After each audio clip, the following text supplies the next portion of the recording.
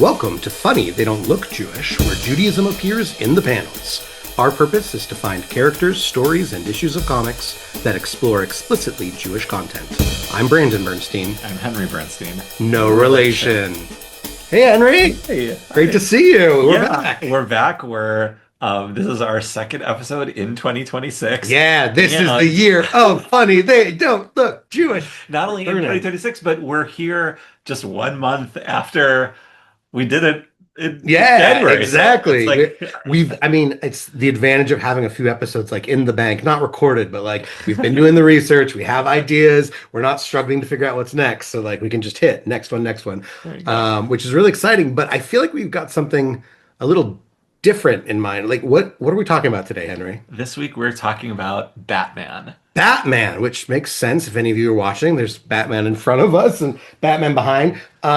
That's cool and all, but Henry, is Batman Jewish? We're gonna find out. Oh, okay then. So as you know, Brandon, yeah, we talked about Batwoman as like one of our early. I think the second character we ever covered. Yeah, was Batwoman. Love Kate Kane. Two-parter Batwoman. Kate Kane. We know she is canonically Bruce Wayne's first cousin. So if the Jewish genealogist in me, the son of a Jewish genealogist, wonders, wait, if Bruce Wayne's first cousin is Jewish, is there a way in which he could be Jewish? Right. I seem to remember that even when we did that first episode or that early Kate Kane episode, we were saying like, we don't know if Batman's Jewish, but he's participating in the mitzvah of helping to bury the dead because he was at that funeral, right? So there's really this question has been lingering. And I don't know about you, but as I'm paying attention to online chatter, as I'm talking to people, like a few people have been sending the question recently, like, wait a minute, is Batman Jewish? As I talk to people at our podcast and I tell them, oh yeah, we only cover characters that are explicitly Jewish. They're like, oh, well, I hear Batman might be Jewish. And so I guess we're going to dive in. I guess. Okay. So listeners, we are going to be looking at we're going to be placing the evidence before you, one little crumb at a time, to see whether or not we can make the case for Batman being Jewish. And we're going to start by going all the way back to 1986. What are we looking at first, Henry? Yeah, first we're looking at Hex, number 11, July 1986, Night of the Batman, written by Michel Fleisher, penciled by Mark Texeira, although I know of a baseball player named Mark Teixeira who is spells it similar. So I would imagine. So I wonder if it's Teixeira. But anyway, inked by Carlos Garzon, Pablo Marcos, colored by Bob LeRose, lettered by Augustin Mas, and edited by Michael Fleisher. All right, so this comic is called Hex. So it's not about magicians or magic. This is about Jonah Hex. Henry, how familiar are you with Jonah Hex? Familiar, Jace, in the way that we talked about last time about not being super familiar with war comics. Jonah Hex is a Western type comic. Yeah. And I'm not super familiar with those. However, he is a character who has appeared across the DC universe forever. Jonah Hex, he is known by his strange connecting of lips down. Yeah, he's like disfigured. He has this real weird and a bulging eye. He's kind of like facial. He is a little bit like Two-Face. Yeah. I mean, I think we talked about it on a past episode, like Amalgam Comics, and I always remember they combined him with Chamber from Generation X to make Generation Hex, and partly that was because Chamber was also disfigured on his face from the nose down, basically. So the two made sense. Yeah. Oh, yeah. That's lives large in my mind for some reason. So we've got Jonah Hex, who's, from what I know, like a bounty hunter essentially. Yeah. He's in the Wild West, but like we're talking like 19th century, 1800s, Wild West. And I guess occasionally time travels and meets up with the modern day DC universe. Totally. And he has like he has a descendant who was in like some iteration of a recent iteration of like Young Justice or Teen Titans with like Connor Kent Superboy. Like he's in the way that like Sergeant Rock is a figure in the DCU, right? Yes, but isn't like a member of the Justice League. Jonah Hex is like kind of like that, right? He's like extended part, like definitive. He probably is like the most well-known Western hero of DC. And there's actually a movie Yes, with indeed. Josh Brolin Yes. as Hex. Yes. So I just people have remembered that. Yeah, I never saw that No, one. me neither. But Josh Brolin, wow. So he's been Thanos, Cable, and Jonah Hex. The guy really loves the superhero movies. Wow. So, right, to pull the curtain back a little bit, Henry, when we found this, we were kind of wondering, like, maybe there was a Wild West Batman that once interacted with Jonah Hex or something like that. And instead we found this series. Apparently Jonah Hex's, well, this series Hex, which I'm sure there were other series called Jonah Hex, but this one just called Hex, came out in the 80s. And the main focus of it is actually that Jonah Hex gets sent to the future. He leaves his 1800s Wild West and he's in the mid 21st century. Oh, the future. The far future. He's basically around when we are, which is really funny now. But in the 80s, it felt, I mean, especially coming from the 1800s, it's definitely far. So we're 11 issues in and we basically have him in the future. And of course, as we know, from Batman Beyond to The Dark Knight Returns to any other property, if you're in the future, you're gonna have future Batman, right? So someone's gonna be Batman. Someone's gonna be Batman, whether it's Bruce Wayne or not, we don't know. Basically, on page 15 of this comic, we've been following this future Batman, and what we know about this future Batman is he does not like guns, which, you know, important Batman characteristic. Guns killed the original Batman's parents. This Batman, also anti-gun. So we have future Batman, and he's reflecting on his origin. And we get this flashback panel where we see that he's going back into the he found the original Batcave. He found the Batcave, and he's exploring it. And as luck would have it, while he's in the Batcave, a nuclear holocaust hits New York. He happens to be underground, which also not Gotham, New York. Yeah. But anyway, a nuclear holocaust hits, kills almost everyone, and he survives it. His father, Kenneth Cohen, had served as a top-level disarmament negotiator under 3 administrations, so a very political guy. And his mother, Miriam Cohen, was a rabbi who, among her other humanitarian concerns, campaigned fruitlessly but tirelessly for handgun control. So basically they're telling us 2 things. This Batman is very anti-gun, and this Batman is very Jewish. Yeah. First of all, Rabbi Miriam Cohen, like, perfect. I'm pretty sure I know Rabbi Miriam Cohen. I can't think of her right now, but I'm sure I've met her in the past. Yeah. Miriam Cohen, if you're out there, please say hi. Please, yes, absolutely. Tag us. Say hi. Yeah, and, you know, it's weird. The art, it's sort of, I don't know what she's wearing. Is she like a judge or, you know? Yeah, she's wearing these robes that kind of look like a judge, or maybe it's like, just there's too much shadow, but it's a kittel. Maybe it's like the high holidays. Is and it she's like wearing a kittel? Future Tallis? You know how like in the future everyone wears sure, like that because she's got like something that it does look like a tallis around her neck for sure. But it looks more like what a priest would wear like during services. Maybe Judaism got closer and closer to Christianity in this future. She also looks like she's wearing a collar. She does. Yeah. So maybe the artist just didn't know what a rabbi looked like. Yeah, maybe. You've seen that also. Yeah. It's not just that he's like the last name Cohen would be enough to say this person's Jewish. His mom's a rabbi. Like, it's very cool that we have an RK, a rabbi's kid, as future Batman. Like, forget the trauma of Bruce Wayne watching his parents get murdered. Ellie tried growing up with rabbi parents. Exactly. That's what I'm saying, right? Like, you are raising some rabbi children of your own right now. So it's just so funny imagining that. And of course, just like Bruce Wayne, there's this tragedy in the form of there's apparently a group of white supremacist fanatics called the National Reconstruction Alliance.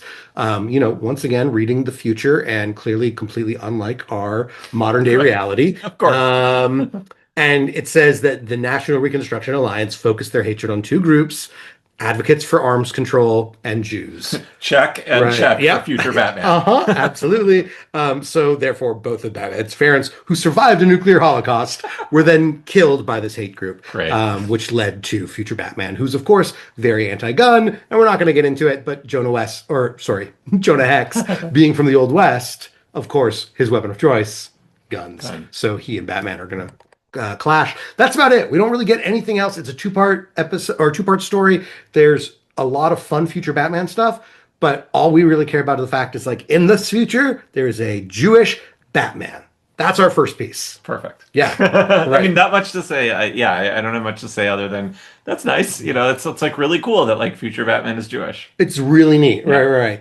Doesn't mean that other Batmans are Jewish. Let's find out. But I wonder, I'm not, I promise I won't go too crazy on this, but is the time period that they're in, that in the 80s they're projecting this in, would it be where Batman Beyond Terry McGinnis is Batman? Or is that like, since Bruce is still alive there, is this like further in the future, I think it's further in the future. So it like jumps over. Don't you feel like Batman, don't you feel like Batman Beyond would have mentioned if there's a nuclear holocaust in the continental United States, right? And then two, this is like a funny thing that happens, right? This comic came out in the 1980s, well before Batman the Animated Series, and therefore well before. So if anything, it's more like there's a future Batman, and then Batman Beyond came along and was like, not in our world. Right. We have this different future Batman. Right, yeah. Now we're going to move from the future to the past, and we are going to find a very different kind of Batman. Yeah, we're looking at Batman Chronicles, number 11, December 1997. What's up with these number 11s? I know. Lucky number. Yeah. Berlin Batman is the name of the story, written, penciled, and inked by Paul Pope. Colored by Ted McKeever, lettered by Ken Lopez, edited by Darren Vincenzo and Jordan B. Gorfinkel.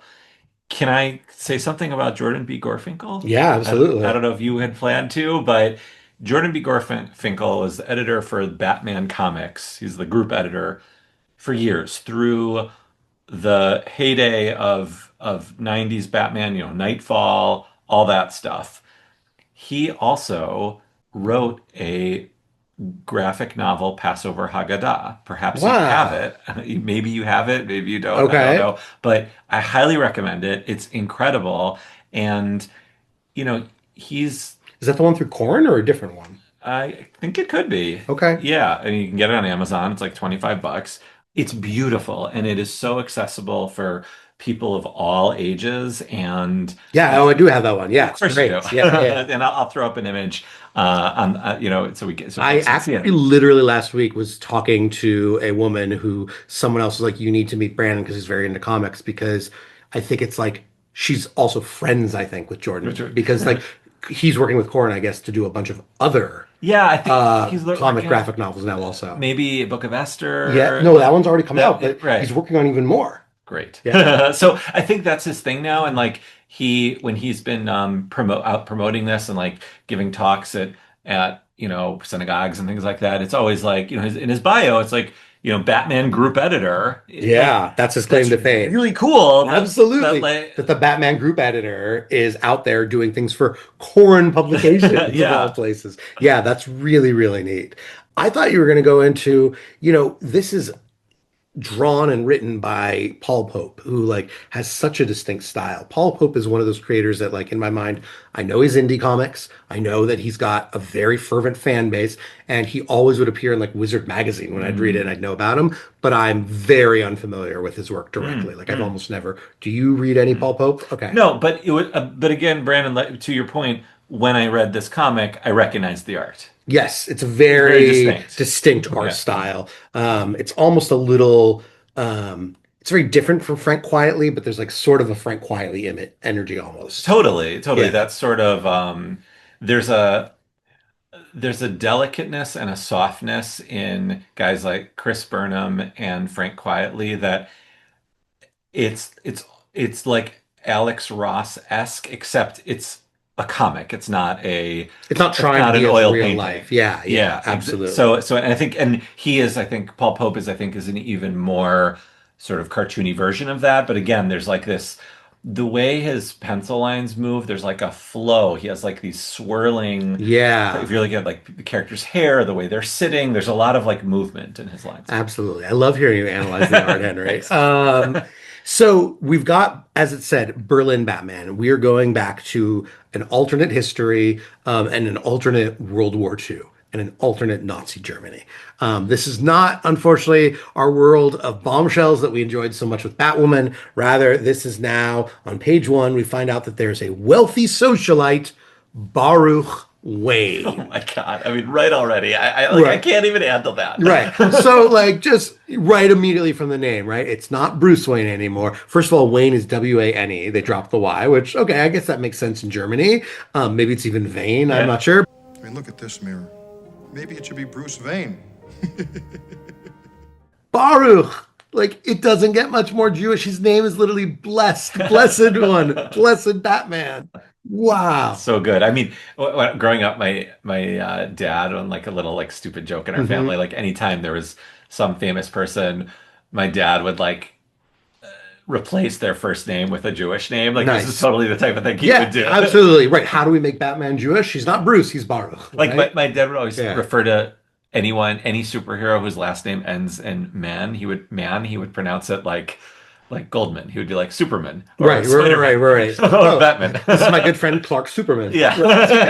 Yeah. Yeah, I love So that. I really appreciated the Baruch. Absolutely. So, I mean, it's really bizarre because he's dealing with a Nazi. I don't know if it's like he's openly Jewish and is so rich that the Nazis don't care, or if he's hiding his Jewish identity, because the Nazi command seems pretty cool with him. Yeah, I kind of get the vibe that he is like so arrogant, so cocky Hmm. and rich Yeah, that like he doesn't care. he just Like, doesn't yeah. care. Well, And maybe he's they want to exploit him, and so they're right. yeah. But so anyway, he's playing socialite. He's like even more, he's like a very flamboyant socialite in this He's this comic. fabulous Yes, a Batman. very fabulous, very Love fabulous it. Baruch Wayne. Yeah. And he is going to essentially act on some information to be able to foil the Nazis. And on page 11, we get a flashback to when Baruch is growing up.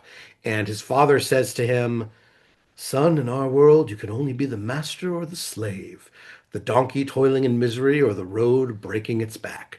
Which, like, it's not explicitly Jewish content, but there's something about that that, like, I don't know, it just read, it scanned Jewish to me for some reason. There was something knowing that his father's educating him, saying, like, you're either the master or the slave. Like, I know most Jewish texts are more like, no, you are the slave, God's the master. But there was something about it that, like, I don't know, it just, I wanted to bring it up because it felt Jewish to me. It feels in the way that he says the donkey toiling in misery, that seems like a phrase from the Torah. Right, you like I would expect this to be in the Mishnah somewhere, Yeah. that it would be like you are just a servant to God, toiling like a donkey in misery, right? Like I would expect So it to be uplifting. something. Yeah, but Yeah, it feels very the Jewish. Mishnah were like that in Yeah. that way, right? Because they literally were. Right, absolutely, Yeah. right? In Pure KFO, we have this teaching that basically Rabbi Tarfon says the day is short, the work is great, the workers are lazy, but the reward is great, and the master of the house is pressing. It's Mhm. like God's demanding that you get the work done.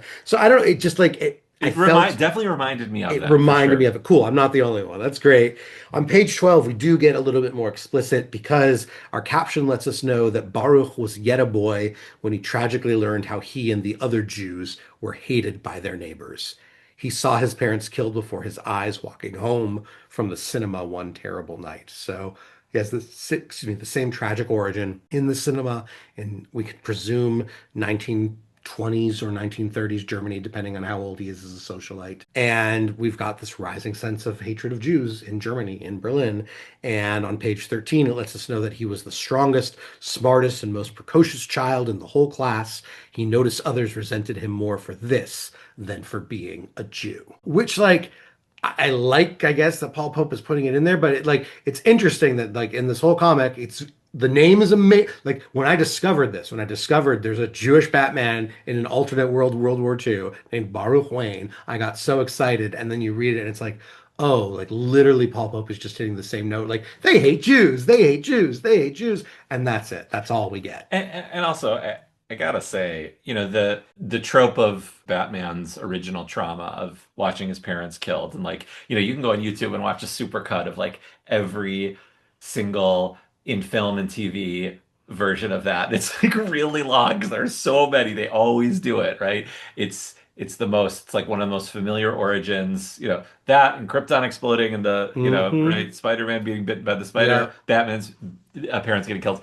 And they do it here, but it's like it's way more. I don't know. There's something about it in the comics and in the movies where it's like they're killed by a robbery, whether it's like, in the movie it's the Joker when he's young, and then it's Joe Chill in the comics, and like sometimes it's a mob hit, and sometimes it's just a crazed person who is robbing them. Right. Here it's like targeted anti-Semitism, and Yeah.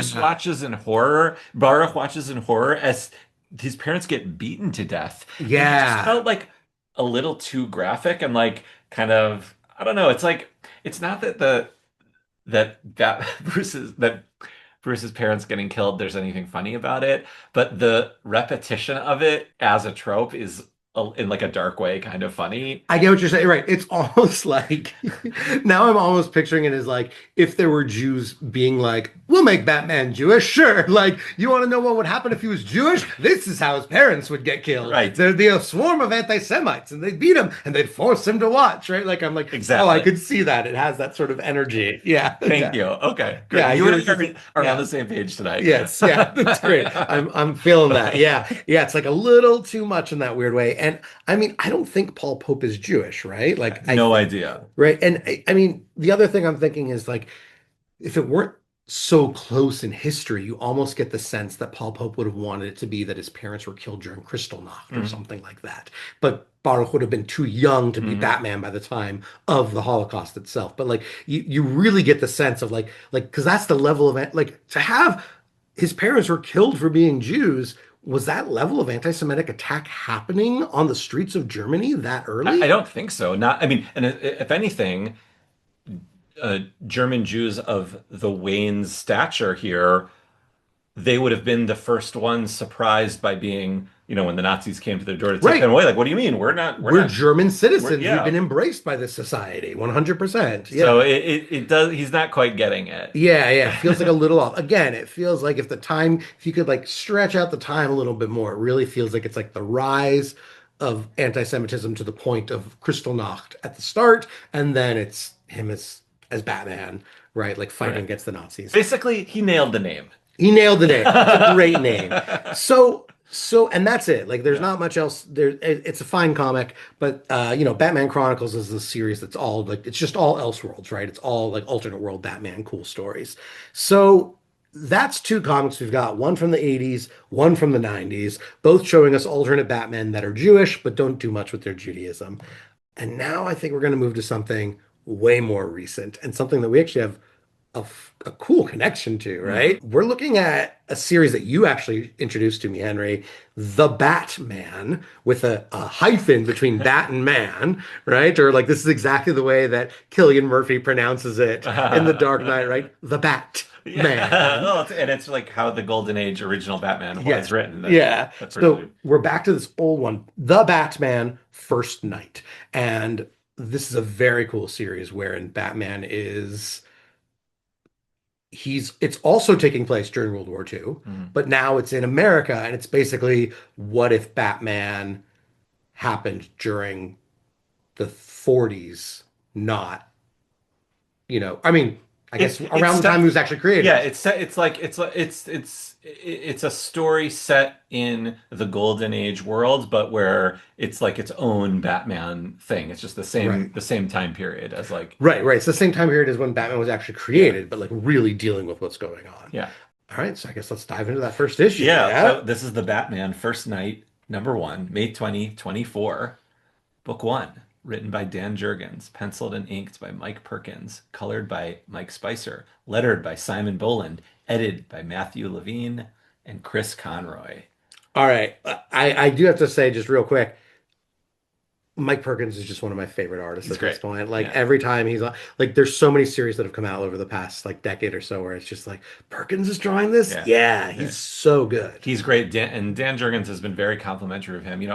Whenever I see, I've mentioned this before, Dan Jurgens is my, you know, #1, 1A favorite Superman writer and artist with Jerry Ordway, who we talked to, of all time. And so whenever I see Dan's doing something, I get very excited. I always get a little disappointed that he's not penciling it. However, Mm, I quickly got over that when I opened up the first page and Mike Perkins' art is there. absolutely. Right. He just if I can say a little couple things about his art. His style is very layered, where like the figures his figures in figure drawing almost seem 3D, whereas like he has these very detailed backgrounds and the figures almost seem like they're kind of stacked, like coming out of the panels. Yeah, there's like this hyper detailed aspect to it. Yeah, it's very cool. I think I first fell in love with his art when he was working with Greg Rucka on Lazarus, the Mm. Image comic, which is this independent comic about the ultra wealthy taking over the entire world in a world where if you're not part of that rich family, you don't basically have rights. So Greg Rucka, I one time was at C2E2 talking to Greg Rucka, and he was just like going on a tear talking about how he's like, yeah, I mean, this isn't fully fiction. This is like, here's what we're going to be seeing happening in the world. And I remember listening and I was like, this is terrifying. And I believe every word you say. Like, Was that when we met him at C2E2 and I think it must have been like like, right after Wonder Woman Rebirth and he signed it was that for before me? 2020. I don't remember exactly what year it was, but I just remember, I don't remember if you, I remember it was like me and like one or two other people, and we're just chilling with Greg Rucka. Like there wasn't a bunch of people around. I was shocked, and it was like I think that was I was then, just yeah. amazed by it. Yeah. Yeah. Anyway, so Mike Perkins is drunk. So we've got like this is a creative team that we're bound to be like, oh, this is really interesting and worth checking out. And so what, you know, we've got a Batman in the 1930s slash 1940s. Yeah. We have this Gotham City, and of course the question we're asking is, well, what's the Jewish connection? What's Jewish about this Batman? So after the cover, so there's a great cover, Mike Hmm. Perkins art, Batman, you get the sense, the tone of everything. There's an introductory splash page that has a bunch of newspaper articles from the Gotham Gazette. Yes, thanks for bringing this up. Yeah. And the central top one, the headline is Nazis loot and burn Jewish shops and temples. Synagogues attacked with fires and bomb. Jews beaten, furniture and personal items flung from homes, shop destroyed. And then there's even, instead of just gobbledygook There's actual as it writing. said, Yeah. on the evening of November 9th, across Hitler's Germany, significant numbers of Hitler Youth and Nazi SS took to the streets to loot, destroy, and attack Jewish synagogues. Then it goes on a little bit, and you can't see it anymore. That's how the comic opens. Right, right, Before right. we This even get comic, to right. So this is a comic that is like rooted in the history of comics and Judaism, right? Like when we started this podcast, we were pretty firm in saying, yeah, yeah, most Jewish comic book characters, like a lot of them in the Golden Age, the creators were Jewish. It was like we all know the story from Amazing Adventures of Caviar and Clay with Michael Chabon writing it in this fictional way. We know the story that's these Jewish boys from Cleveland, and there's these Jewish people, and like this is this most respectful, beautiful being like, yeah, what if we write about what it's like to be in America, knowing that this Jewish hatred is going on in Europe, in Mhm, Germany, mhm. and you're looking for a hero. Right. And then there's a man dressed as a bat. Perfect. Yeah. Makes sense to me. Yeah, it's great. It's amazing. So on page 22, Batman has been beaten up a little bit. He's in an alley of Gotham City, and he gets checked on by a man wearing a kippah who says, Oi, to just in case you didn't get it. And Batman tries to shoo this guy away, and the guy lets him know, like, and leave you to them? Mashugana, right? You're a crazy man. And reveals to Batman that they are at where? The Robinson Park Synagogue. And who is this man, Henry? Batman says, "You're," and he says, "Rabbi Jacob Cohen." Rabbi Jacob Cohen. It's Jakob Cohen. I wonder if he's related to Miriam Cohen. Maybe Oh, he's like an ancestor maybe of he's an Miriam. ancestor of Miriam Cohen in that future They're Jewish both in Batman. Elseworlds. Who I don't knows? know. That's so fun. Yeah. Now, I'm sure this isn't where Jurgens got it from, but I just find it so funny that I looked up and there was in the United States a Rabbi Jacob Cohen, but with a C, not with a gay. But he was a rabbi in Philadelphia. A C in the first name. A C in the first name. Sorry. Yes. Yeah. Yeah. Jacob with a C. But he was the rabbi of Congregation Mikveh Israel Mhm. in Philadelphia, but from 1784 until 1811. So we're talking like Revolutionary War era Wow. rabbi here in the US. So I don't know if that was like what Dan Jurgens was intending, but I like it. I like the idea of it being like this rabbi who's here, this rabbi who's here in this comic that's dealing with Jewish hatred and is dealing with like, oh, do Jews belong in Germany, etc. Like it's like this rabbi's as American as America gets in terms of the United States because he's there in like Revolutionary War era, It's great. right? Yeah. All right. So on page 23, the rabbi acknowledges for us that there's some parallels between what's going on in the US and what's going on in Germany. In Germany, it's the Gestapo that wears black leather. Here, it's the Klan that wears masks. So cool to see that. Batman acknowledges that they, meaning him and the rabbi, share the same enemies, to which the rabbi says, good, my people have been victimized enough. The fancy neighborhoods and country clubs that bar us and derisive comments and gestures are one thing. But those America First zealots who rallied in Hmm. support of Hitler and a pure America, well, that's terrifying. Dan's really laying it on thick I there. mean, how can you hear that and not be like the history's repeating itself, Yeah. right? I mean, we talked about this once. I was it during those Captain America issues where we talked about the fact that there was a American Nazi Yeah, rally the that Bund. happened Yeah. during the Bund, and we talked about that famous guy who punched them in the face, right? Yeah. And got so so we know that this happened, and we know that even at the time, like even though the US eventually entered the war on the side of the Allies against Germany, that there was a contingent of people within the US that were sympathetic to Hitler's cause. And Dan Jurgens is really linking and saying like these two things like are very similar. And in America, like the exactly what Rabbi Cohen says, they're not welcome in the country clubs and Right. restricted country clubs long after that stayed restricted long after this, restricted Right. neighborhoods, so, Right. This is a time when, Jews had not been accepted as white in America. There was real significant. I feel like today we're living in a time where like there's undeniable anti-Semitism all around. There is lots of like mistrust of Jews from certain corners, but like also many Jews walk around, many Ashkenazi Jews walk around with like at least passing white privilege, right? Oh, sure, sure. Which like again in the 1930s, not the case, very different. Right. Absolutely. So, as you said, we had that newspaper at the beginning, and now Rabbi Jacob Cohen also acknowledges Kristallnacht. He says that people he knew back in Germany were stripped of their wealth and their passports in the wake of Kristallnacht, but he says that it happened last autumn. So we've now moved, even though we began there, we've moved further into the year. Hmm. He says the Nazi bastards burned and looted every Jewish business or synagogue in sight, and the thousands who were marched off to concentration camps. What do you think will happen to them? Because this is, of course, written like this is before the concentration camps became death camps. Right. Which, again, as you said, Dan Jurgens is laying on thick with what's going on, right? I mean, It's like they knew what was happening. It also was this being came reported on. right, Yeah. right. I'm struck as we're talking about this, like this was in 2024 before the increase of like Hmm. ICE attacks into all sorts of cities. Not to get like too deep into modern day politics, but Hmm. like he's just really showing like it feels like this is both an educational series, like you need to know what happened with Kristallnacht, and also is like A war. flashing neon lights being Yeah. like, hey, America, wake up. This kind of thing happens. Yeah, Dan is in the zone with this series. Like Mhm. it's pretty cool.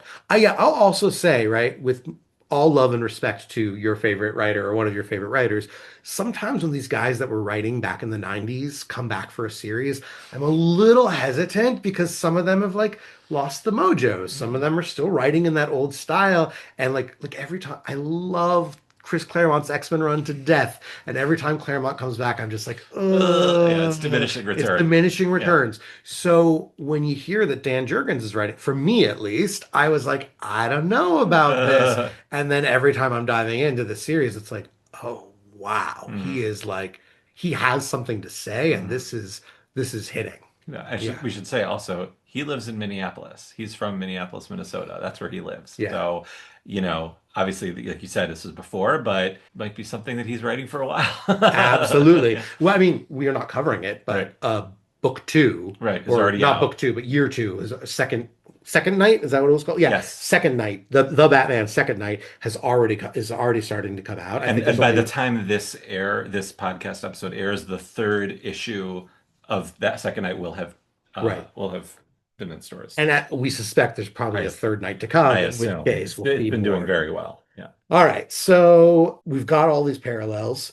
Batman commiserates with the rabbi's fears, and Rabbi Jacob Cohen says, most Gentiles, assuming that's what you are, insist that nightmare is impossible. So now we have, the rabbi basically saying, like, most non-Jews don't really believe it's as bad as the Jews are saying it is because they're not experiencing it, which again, constantly throughout history, we have this case of like, listen to the people that are telling you, but you have people being like, oh, I don't see the problem. I don't see why it'd be an Yeah. issue. And I mean, like, Henry, this is our first, I think, like real Easter egg, nudge, nudge, wink, wink. Like if he's saying most Gentiles, assuming that's what you are, Rabbi Jacob Cohen is clearly leaving room for Batman to maybe even say, like, actually, I'm Actually, one of you, right? Like, is that not what he's doing? yeah, I mean, yeah, it's interesting. The rabbi's making assumptions. You would think Right, she wouldn't make assumptions, but right.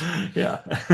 On page 24, Batman explains his mission to the rabbi, and we see that incredible Perkins art, where at the bottom of the page we just get a beautiful, Beautiful. beautiful synagogue interior, and like And that's a synagogue. this is something. This does not look like a church. I mean, No. it does have that sort of 20th century American mimicking sort of the Gothic style of churches. Yeah. However, there's a Ner Tamid, there are stained glass windows, there are those things on the wall that are the memorial wall plaques. And there's an arc in the middle. Yeah. So Yeah. and a menorah on the bima. So great job, Great Perkins. job, Mike Perkins. Page 25, our rabbi friend makes the beautiful offer, basically letting Batman know he's an ally if Batman ever needs spiritual help. Because he says, I'm not much of a fighter. I, And he puts up his dukes. yes, because Jacob suspects Batman's kind of tortured inside and might need Right. someone to listen to him. I friggin' love this. As someone who's like, I love superheroes, but I'm not physically fit enough to be a superhero. The idea of being like, yeah, I could be Batman's spiritual advisor. Are you kidding me? That's the dream. We are moving on to the Batman First Night #2 from June 2024, titled Book Two, and it's the same exact creative team. So I like it. Basically, all of these comics find a similar rhythm where it's like Batman's going off and having his interactions with Gotham, and there's the main story, and then like around 20 something pages in, Rabbi Jacob Cohen shows up to interact with him. It is a nice rhythm because the story also, like I should just say, it's very engaging. Like there are grotesque villains in it, and that both feel like sort of fantastical, like a Batman comic, but they're not cartoony. It's more like Chris Nolan sort of real versions Hmm. of Yeah. those villains. And it's like it's a good It's a really story. great comic. Yeah. So on page 29, we see Jacob bringing food to people in a shanty town. He's basically delivering food to the poor, the homeless, the unfortunate, and he's letting them know that this food is courtesy of the Robinson Park Synagogue. Love it. He's doing such a mitzvah right now, right? He's bringing things, he's bringing the tzedakah. And I love that it's like one of the people he's bringing it to thanks him and like calls him father. And the other one corrects him and goes, that man's a rabbi, dummy. Um, and then someone else in appreciation is like, oh, I've got skills with carpentry if the synagogue needs it, which like it's just nice to see him actually helping people at a Yeah. time. So Jacob lets them know, my name is Rabbi Cohen. Come see me sometime. Shalom. Love it. He's just being a real sweet guy. Keeps bringing food, and then we see two troublemakers, two bad guys looking at the rabbi, and they have this small exchange. A yid here, the other one says. Gotta change that. So then they go and they start physically intimidating the rabbi. Why did he give to others? Why didn't he give to them? They claim that they want some scratch, and everyone knows you people got plenty. Yeah. You know, there's something about the way Jurgens is writing this, and I think because we get more of Rabbi Cohen as a character, like we were just talking about that Paul Pope comic where it's like the anti-Semitism feels like, I don't know, it's just like, yeah, we get it, people hate Jews. I don't know, there's something about the specifics here where it's like, ah, there like you can feel the empathy. You can feel the like Jurgens is trying to do something with the story. He's not just being like, let's show people hating Jews. It's not salacious, grotesque, exploitative. It's like he's writing it from Rabbi Cohen's perspective. It's Right. very It's clearly, very clear from his perspective, but it's also like I read, right? Like everyone knows you people got plenty. And I'm like, oh, I've started to feel uncomfortable reading that, right? but it doesn't Yeah. feel like Dan as the writer is like Oh, saying that totally. thing. Yeah. He's like he is putting it. He's letting us know that like this is a real thing that is said in towards Jews. This is a real stereotype, and the villains are the ones saying it. Yeah, Right? absolutely. Absolutely. Yeah. And then on page 30, Batman saves the rabbi, starts beating the crap out of these men, and then our rabbi asks Batman to stop. stop this, please. There's no need to injure them. He like, please, he's like really has to, because Batman goes into one of his like Right. He's like, blind, you know, he's like in berserker mode. Like, 100%. we've seen Batman in a blind rage This before. is like really tapping into that. I guess it's also because the earliest Batman, like he didn't have as much of a code as eventually develops in continuity. Right. But like this is really getting into when people would make the joke where they're like, yeah, Batman doesn't kill people, but like sometimes he messes them up in a way where it's like you're not walking the same after that. Like he's still brutal with what he does to people. I think we talked about that when we talked about Batman in our Golem episode. Like there Yeah, was that something in sounds there that like right. he was totally brutal. Right. And it's also like he's Batman kind of does the like I didn't say I was going to kill you, but I'm not going to let you live kind of thing. Right. The walk away when something blows up, the Yes, there's whatever collateral damage happens as he's blowing up with the Batmobile. yeah, it's like he is. I mean, it's funny because Superman, with all of his power, like he would never do that to a No. person, No. right? Like he's really so different. Okay, so then it's just lovely. Like, of course, we have this rabbi being like, I don't care that they're my enemy. Like, you don't beat them up in that Mhm. way. Mhm. I was just teaching some teens this past week, and I was looking at a source, and one of them was, I think, Gersonides having commentary on a verse in Psalm in Proverbs, that basically said that when you're in trouble, you shouldn't wish for bad or evil things happen to the people that are harming you, because that's not what you need. What you actually need is just to be safe. Mm. You need to be saved from the harm. You don't need them to experience something in return. And he's like, that is the way of a man of faith. Is that similar to in Exodus, like in, you know, when the Israelites get across the sea and the Egyptians get drowned and The angels are they're singing and and singing yeah. and God chastises them like I think that one for me is a little different because God. So when the Egyptians drown in the sea, the Israelites start singing and dancing because they're free, and the angels in heaven start singing also. And God tells the angels to shut up because He says, "The works of my hands are drowning, and you would sing, you would laugh, you would dance." And I always took that as and that's a midrash. that's a midrash. Yeah.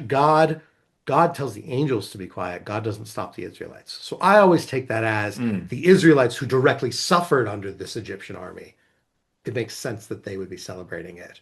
But for the angels who did not, right? Like it's like they were still human beings, and we have Mm. to acknowledge that. This, I think, like the Gersonides teaching is more about saying like people don't need if you come and punch me, I don't need to punch you back. I just need to get away from you punching me, Mhm. is Mhm. what Gersonides I seems to be arguing. who is Gersonides, Garzon? Is that Rabbi Gershon or something? yeah, exactly, exactly. Yeah, yeah, I never heard yeah. that one He before. is a medieval, I believe, French Jewish scholar and Oh, okay. philosopher, who is Levi Ben Gershon. Okay. Yes. So, yes, the Ides ending is basically the same as saying son of. So, Right. Maimonides is the son of Maimon, Right. Nachmanides Nachmanides, is the yeah. son of Nachman, and Gersonides is the son of Gershon or Cool. I Gerson. never knew there was a Yeah. third one. I'm sure there are Yeah, many more, I'm but like, sure there's others, but yeah, yes. that's And cool. oh, yes, okay, I wanted to double check this. He is also sometimes known as the Ralbog. Oh, okay. I've So heard of you've him. maybe heard of the Yeah, Ralbog. for Yeah. sure. All right, so let's refocus here. I like that we brought in some good Jewish stuff here. So page 31, they're back at the synagogue, and Jacob, it's kind of funny. He asks like, "Oh, Batman, were you out looking for me specifically?" And Batman expresses some doubt about his mission. And then, holy crap, on page 32, Batman takes off the mask and cowl and reveals his identity to this rabbi and admits he has no one else he can trust, but there's something different about this rabbi. So cool. That's awesome. I It's mean, so cool. it's paced really well. Yeah. There's a first a zoom out of them talking, then a close up of him with the mask. Like, is he going to do it? And then he's just there. Mhm. He's Bruce, and Rabbi Cohen recognizes him. It's amazing. It's like there's no Alfred.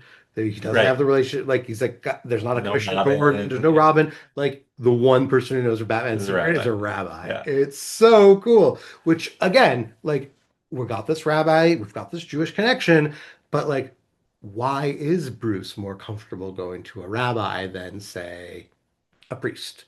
Right? I guarantee you, if this comic were written, maybe not by Dan Jurgens, but if this comic were written 20 years ago, 100% it would be, even with all this, you would be going to some priest that is like, oh, I feel so bad for those Jews and what's going on there. Like If like it's Frank Miller wrote it, and the yeah, Daredevil shtick, and exactly, yeah. right? Like it is kind of just shocking to me that we're living in a world where there's a writer who's like, yes, they're making a point, but they're like, Batman's going to have a relationship with a rabbi Hmm. of Hmm. all clergy figures. Yeah, and I think this will become clear a little later, but I think because in at least here, Batman doesn't have any like Jewish baggage or any. I Right. think the rabbi is assuming correctly here Right. at this point that he's not Jewish. Right. That like Batman, there's no like there's nothing at stake. It's not like if he betrayed, a priest with it by doing the things Got he's it. doing. Yeah. Like it's rabbi's sort of safe for him because he's not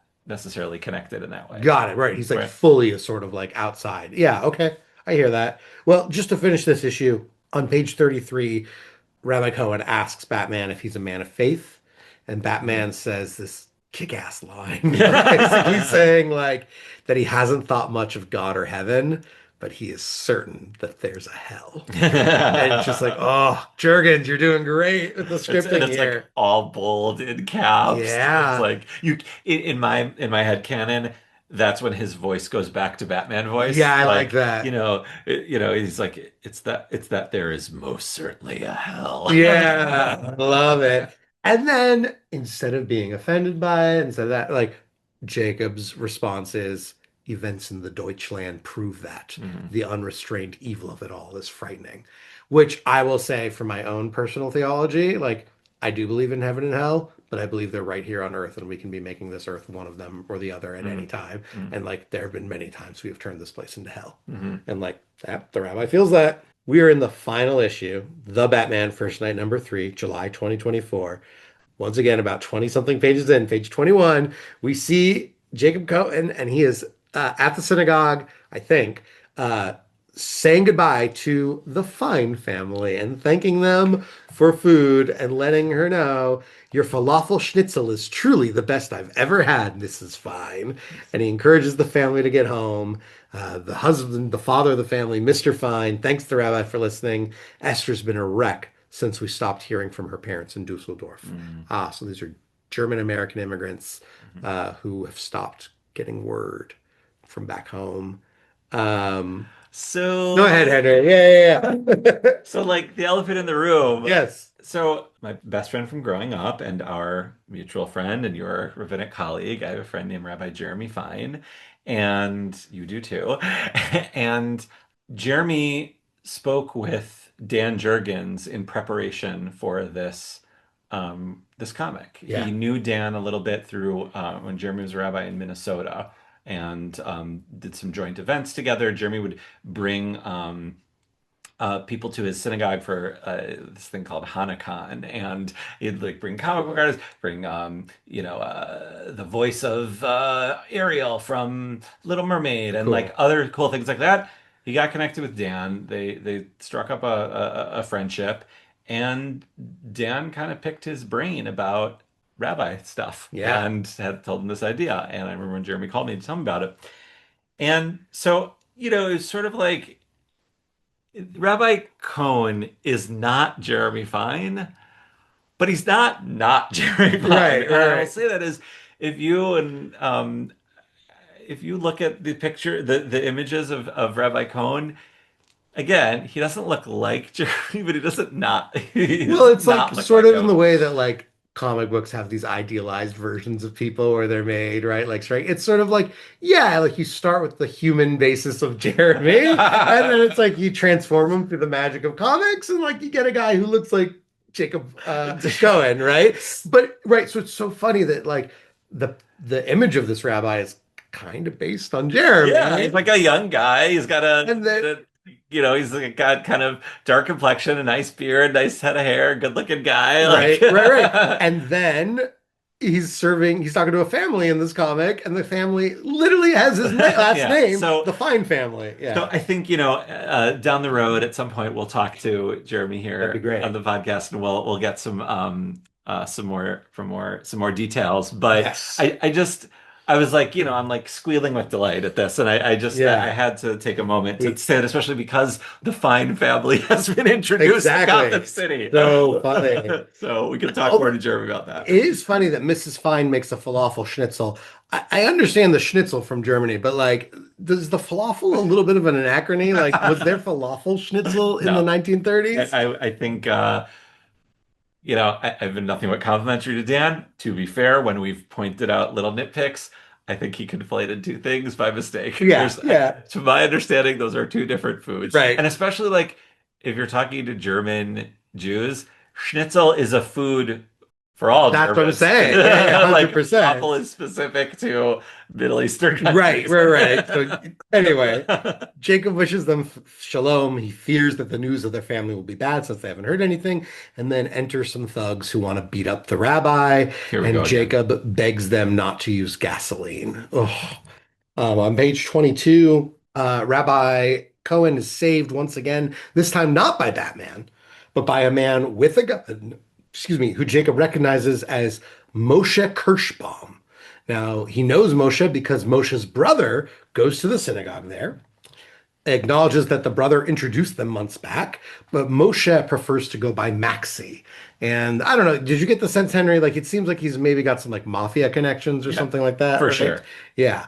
But I love the way it plays out is very much like, oh yeah, we know each other. We met through like it just feels very Jewish geography-esque Yeah. of Oh, we like, know your oh brother. He comes to the shul. yeah, exactly. Right? Like there's something really funny here. And so like Maxie Kirschbaum saves him. We now jump forward to page 38, where fire is all about spreading, and the rabbi worries the fire will spread to the synagogue. And Maxie thinks that's not a priority to save the synagogue, but Jacob insists Jacob will not accept that, he he will not says. accept it, right? Yeah. He needs to And he still go. calls him Moshe, which isn't so nice when someone tells you the name they prefer, but I okay. agree. I agree. Right? Like there's something, I guess Dan Jurgens is trying to show us that this rabbi's like, you can't escape your Yeah, of Judaism. course. Like, Yeah. don't like assimilate by Yeah. giving up your name.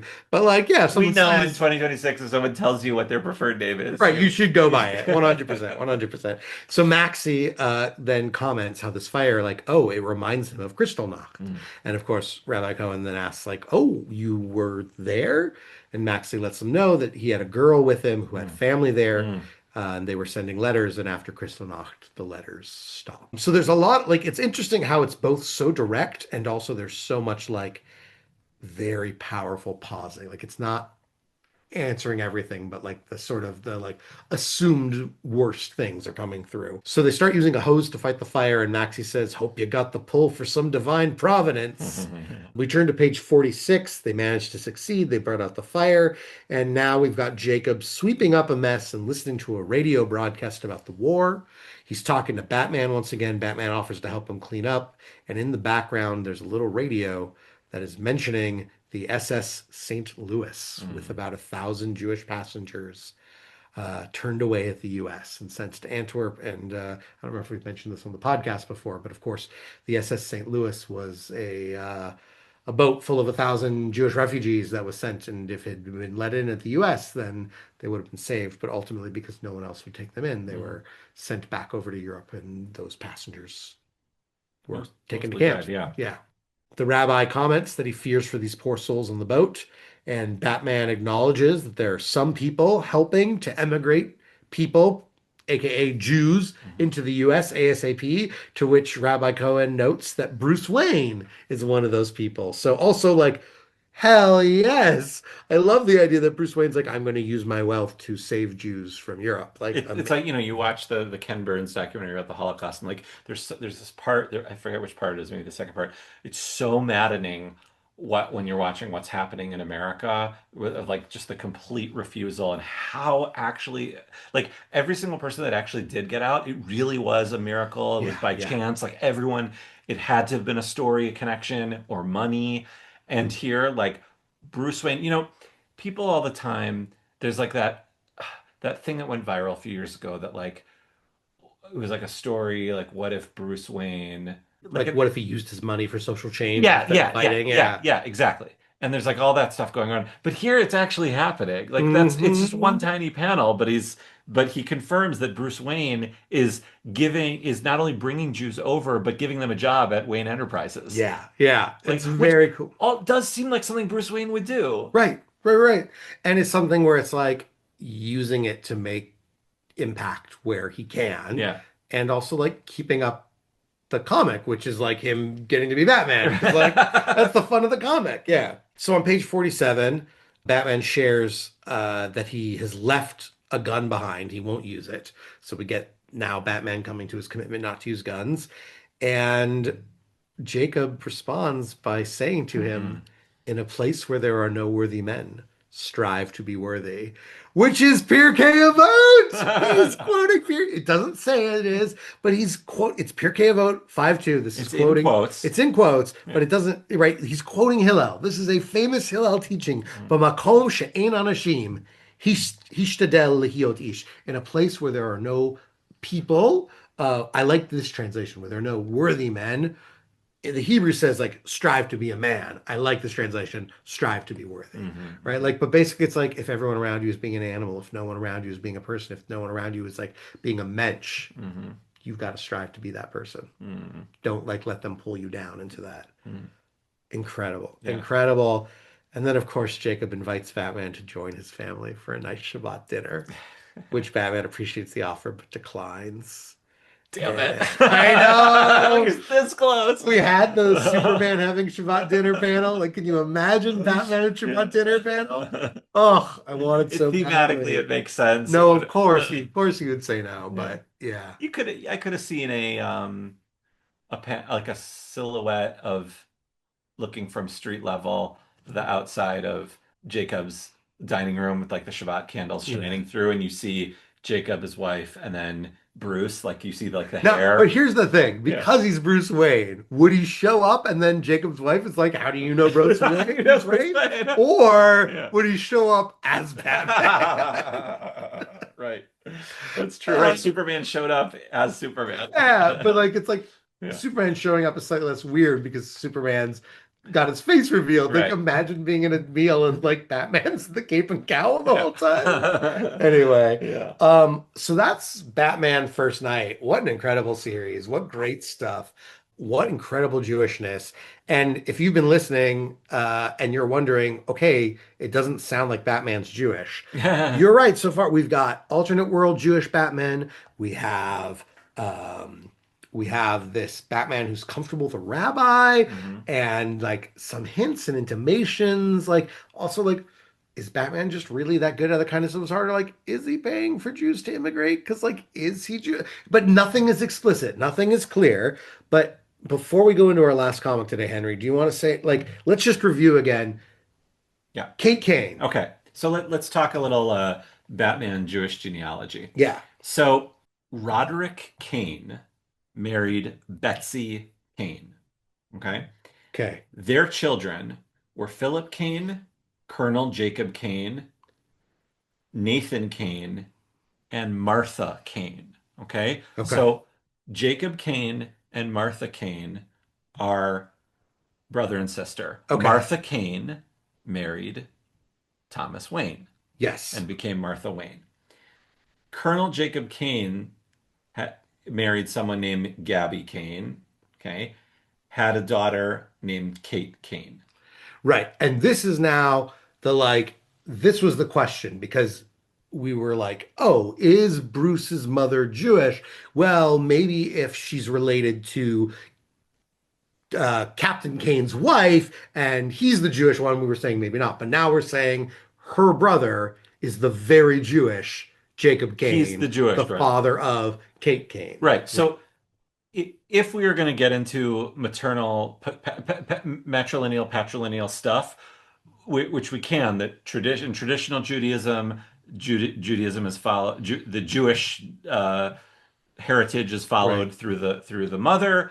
I would say in more progressive Judaism, both are, right? So in this case, it's unclear if Gabby Kane, the wife of Colonel Jacob Kane, is Jewish. Right. Either way, Kate Kane, Batwoman, identifies as a Jew. Yes. So even if she has Hanukkah, we've seen her do all these things. She has the cup up at her. Right. She has the spherot up. Yes. She's Jewish. Yeah. So, but Martha Wayne, if Colonel Jacob Kane is the Jewish one, and that means his sister must be Jewish, and their parents must be Jewish. So, if Martha Wayne is the mother of Bruce Wayne, then Bruce Wayne must be Jewish. Right. So as you said, in my head, I was thinking earlier, you're podcaster, son of a Jewish genealogist, right? Like as a son of a Jewish genealogist, as you're saying, there's some ambiguity which seems to say we know that Colonel Kane and Martha Kane are siblings, Right. and so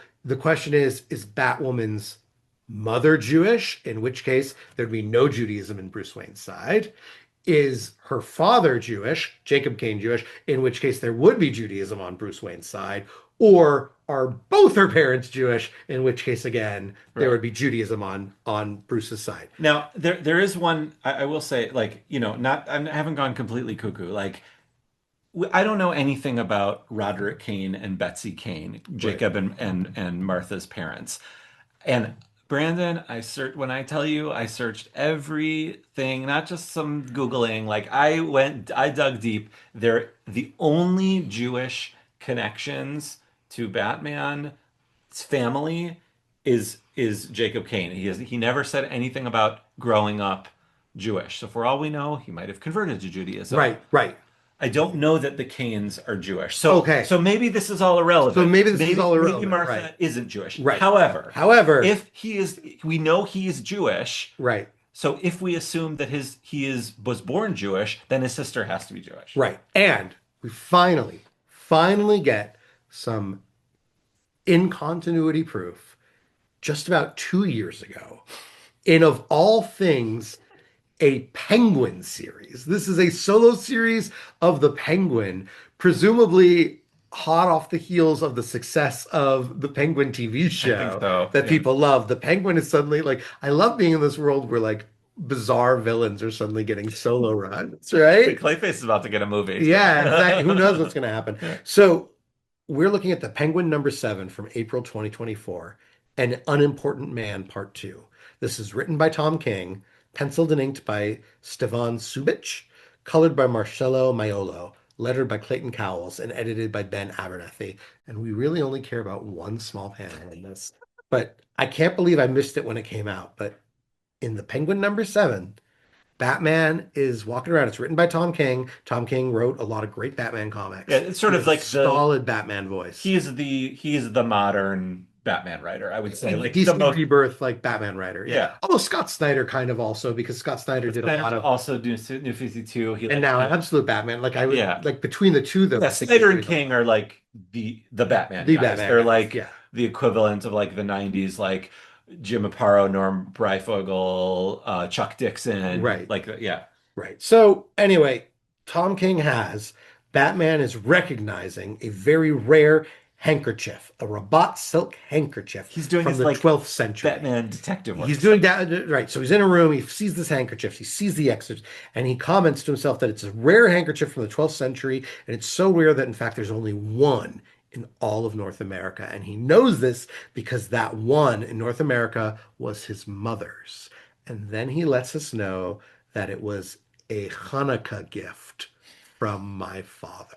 Okay, so the exact wording is, my mother had it, a Hanukkah gift from my father. So if we're gonna like okay, unpack that. Let's get the Charlie meme from It's Always Sunny in Philadelphia. Exactly. Yep. So I already did that with Martha and Jacob. Okay. Yeah. So if Batman is aware of Hanukkah because his father gave his mother a gift for Hanukkah, that means whether it was a big ass party where they lit candles all 8 nights every year or an acknowledgement of his mother's holiday, either way, Bruce Wayne had some version of Hanukkah in his house growing up. And like for not very long, like, remember his parents died when he was quite young. Yes, so right. It was significant to him. It was significant. It is a memory that he has that his mother received this gift for Hanukkah. So yes, his mother celebrates Hanukkah, which to me feels like is indicating that indeed Martha Kane Wayne is Jewish. Therefore, Jacob, right, Cain also, her brother, is Jewish. He did not convert later in life. We have this, the whole Cain family, according to this caption at least, is Jewish. Hanukkah was celebrated in Batman's household. He is, by understanding of Jewish law, the son of a Jewish mother, which I think that means, Henry, that Batman's Jewish. I'm saying Bruce Wayne is Jewish. Okay, I'm saying it. Like on the record, On the record, we're declaring it. Bruce Wayne is Hector, Jewish. the Yes. funny they don't look Jewish stamp of approval. Yes, you can get your own sticker of Funny They Don't Look Jewish Hector on henryjbernstein.com merch. Amazing. You gotta link that in for Yeah, people. I will. I mean, it's wild because like this came out, and I feel like it's like whispered, like it's like this is like a bombshell revelation that I'm just like, wait, is DC gonna really do more with this? Like, also, if we look at it again, you have like alternate future Batman, alternate Batman that might be Jewish. Then you get the storyline where Batman's hanging out with a rabbi, and then we get this. Like, it really feels like DC is like slowly over time pushing into Bruce Wayne is Jewish. And this is the main timeline. Yeah. And have we seen Tom King before here on the podcast? I know we've been reading him for years, but I don't think so. I don't think we've ever covered an issue of his. No, you know, we thought about it because unfortunately, I do like a lot of Tom King's writing. He did also write one of the worst bits of Jewish representation I've ever seen. If you remember, he wrote a Lobo Hanukkah story. Oh God, And I just remember that being like offensively Yeah, that bad. was bad. We never Yeah. covered it official because we were like, Yeah. I mean, listeners, as you may know, we sometimes cover things and we complain and we critique, but in general, Henry and I both prefer to like our comics and love our comics. And that was when it was like we would be doing nothing but ranting and raving, so it was better to not cover that. Yeah. But also now Tom King has given us that Batman is It's Jewish. it's amazing. This tiny little caption on this tiny little, and this is the main timeline. This right. is the DC Universe Batman in comics. This isn't like This isn't an Elseworlds. this isn't or like that future. Fantastic Four issue where everyone had a feeling the thing was Jewish, and there's a big dramatic moment where he says the Shema Right. and reveals that he's Jewish, right? This wasn't like the behold, this character's Jewish. This is like for years fans have been like, do you think if Batwoman's Jewish, could Batman be Jewish? Like people have been wondering, and it's just like this tiny one line. You could blink and miss it, but it feels like it's the answer. It feels like it's the answer for sure. And you know what? You know what's funny about it is, you mentioned that conversation that's out there, is Bruce Wayne Jewish? For whatever reason, I haven't seen much of that. I'm sure it's there, but I see more the Peter Parker thing that Yeah, everyone's always sure. saying like Peter Parker's for sure Jewish, and I've never seen any evidence, actual like this kind of evidence to indicate as such. Yeah. But this is like, if there was a one line that said where he noticed something, is like, oh, Uncle Ben used to gave this to Aunt May for Hanukkah. Right. Like, done. That would be proof. Done. 100%. So like this is like real to me. This is very, very strong evidence that it's now canon. So to me then it's irrefutable until you Right. retcon that Bruce Sure. Wayne Yeah. didn't recognize a handkerchief that his Yep. mother got for Hanukkah. Then I mean, and you don't mess with stuff with his parents, right? Like when stuff happens with the Yeah. parents, it's like Right. That is there. That's legit. I mean, again, it's wild. It's like, are we going to see other writers play with this? Or we're going to see other writers acknowledge it? It is canon because it's there, but it's also like it's there until someone chooses to either retcon it or to build upon it. And my real hope is that we'll have another writer who chooses to build upon it. in 2020, you and I went to C2E2, and I went to a table in Artist Alley that had Tom King, Mitch Gerards, and Evan Doc Shaner. Yeah, so I got the picture of you guys. And it was Yeah. a great picture. And I remember the big thing was they were going to be wearing gloves and we're not making Mhm. heads and everything, whatever, fine.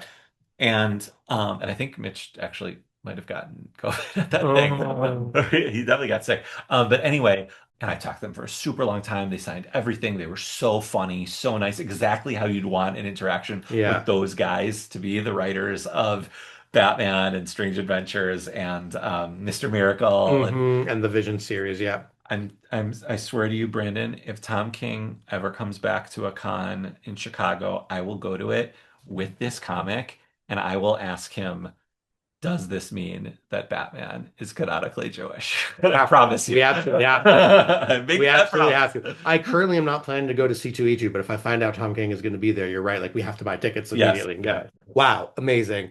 So that's what we've got right now. I think we did a pretty thorough job, but if you listeners know of any other Batman comics in which there's Judaism involved, feel free to let us know. As a reminder for everyone, we covered once he had a team up with Ragman where there was some Jewish stuff, but that was like, we covered then the that in Golem one Ragman that we issue. mentioned. Yeah, exactly. So seen a bit, but for right now, again, funny they don't look Jewish is saying Batman's Batman is Jewish, Jewish. baby.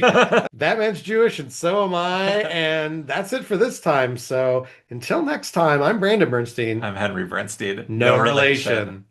Thanks for listening. You can follow us at Jewish Comics Pod on Facebook and email us at jewishcomicspodcast@gmail.com. Please give us a rating and a review on Apple Podcasts, and don't forget to hit the subscribe button if you haven't already.